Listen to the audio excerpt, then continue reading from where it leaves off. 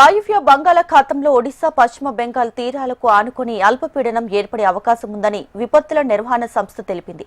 దీని ప్రభావంతో 3 రోజులు ఉత్తరాంధ్రలో అక్కడక్కడ మోస్తరు నుంచి భారీ వర్షాలు, మిగతా జిల్లాలో తేలికపాటి నుంచి మోస్తరు వర్షాలు కురిసే ఛాన్స్ ఉందని అధికారులు తెలిపారు. ఉత్తరాంధ్ర తీరం వెంబడి ఈదురు గాలులు వీచే అవకాశం ఉందన్నారు.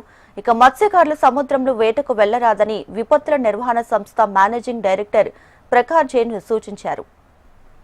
భారీ వర్షాల నేపథ్యంలో ప్రజలు చెట్ల కింద శిథిలావస్థలున్నటువంటి భవనాలు, హోర్డింగ్స్ వద్ద ఉండరాదని హెచ్చరించారు.